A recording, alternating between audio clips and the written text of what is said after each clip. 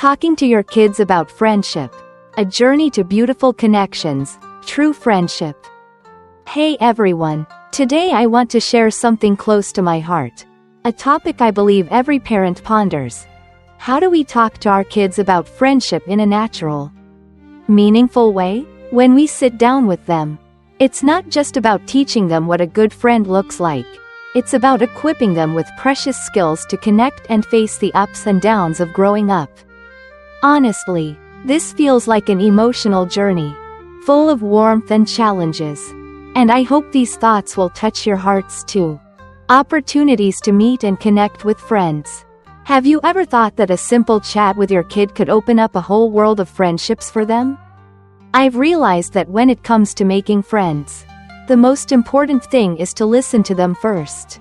It's not about jumping in with my own ideas, but letting them feel safe to share about the people they meet. I often tell my kid that it's okay to have lots of friends, and each one can be special in their own way. Some friendships spark from shared hobbies, like drawing, watching cartoons, or playing basketball after school. But there are also those magical bonds that form with someone who seems totally different, yet clicks with them for some unexplainable reason. It warms my heart to see them understand that friendship can start anywhere, as long as they're open to it. Nurturing honesty in friendship. You know, I truly believe that honesty is the bedrock of any relationship. I sit down with my kid and gently share how being real with friends builds trust, and how friends will value them more for it. But I also remind them that sometimes friends need their own space, and I respect that. Once, my kid asked me, "Mom, what if I tell the truth and my friend gets mad?"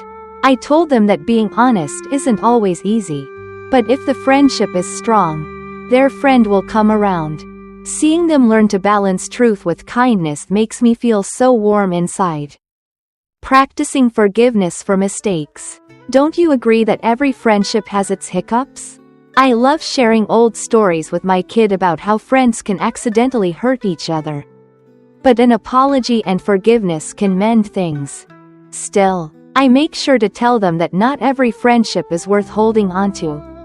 If a friend keeps hurting them, like bullying or making them sad, it's okay to let go. It's not failure, it's self-care. Hearing them talk about fights and making up with friends fills me with pride and a bit of tenderness. Dealing with negative peer pressure. You guys, this is something I think every parent worries about. How do friends influence our kids? Some bring positivity, while others might pull them into tough spots. I try to chat with my kid before anything happens, asking things like, "What would you do if a friend asked you to do something you're not okay with?" I remember what Dr. Reynolds said, when parents model openness and share how they handle tough moments, kids are more likely to turn to us when they're in a bind. Every time my kid opens up about peer pressure, I feel so grateful they trust me like that. Choosing friends wisely. You know what? I think picking friends is an art. I encourage my kid to find friends they vibe with, whether they share interests or are totally different. Once, they asked, "Mom, is it okay to be friends with someone of the opposite gender?" I smiled and said, "Of course, as long as they're good to you. What matters most to me is whether their friend is kind and if my kid enjoys their company. If both boxes are checked, I'm at peace." Seeing them light up while talking about new friends makes me so happy. Building good friendships. Guys, building a friendship isn't easy, right? I tell my kid it's like growing a plant.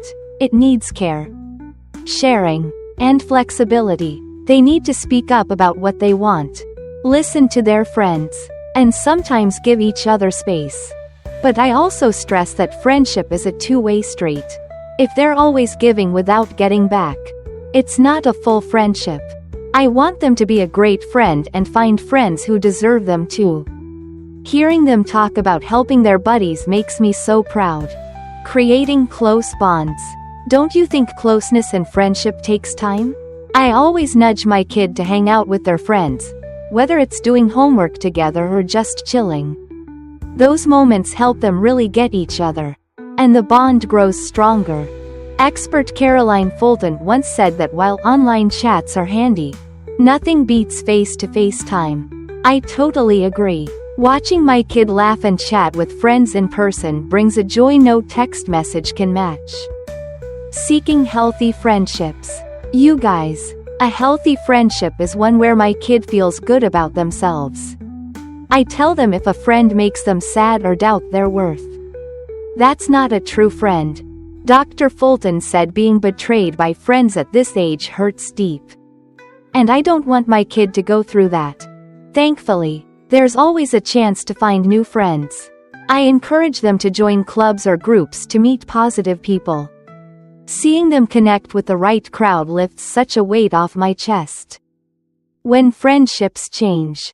Have you ever noticed how friendships are like seasons, sometimes blooming, sometimes fading? I tell my kid that as they grow, people change, and friendships do too. Maybe they drift apart because of a new school, a move, or just different interests. If they want to hold onto a friendship, I say go for it, but if it doesn't work, that's okay too. It's just life. When they talk about old friends with a hint of nostalgia, I hug them and say, it'll all be alright. Closing words. Dear friends, I hope these thoughts bring you closer to the journey of talking to your kids about friendship. Every story, every lesson is a step toward helping them grow with beautiful, meaningful connections. I believe that as long as we walk beside them with honesty and love, they'll find amazing friends along the way. Thanks for listening, you guys.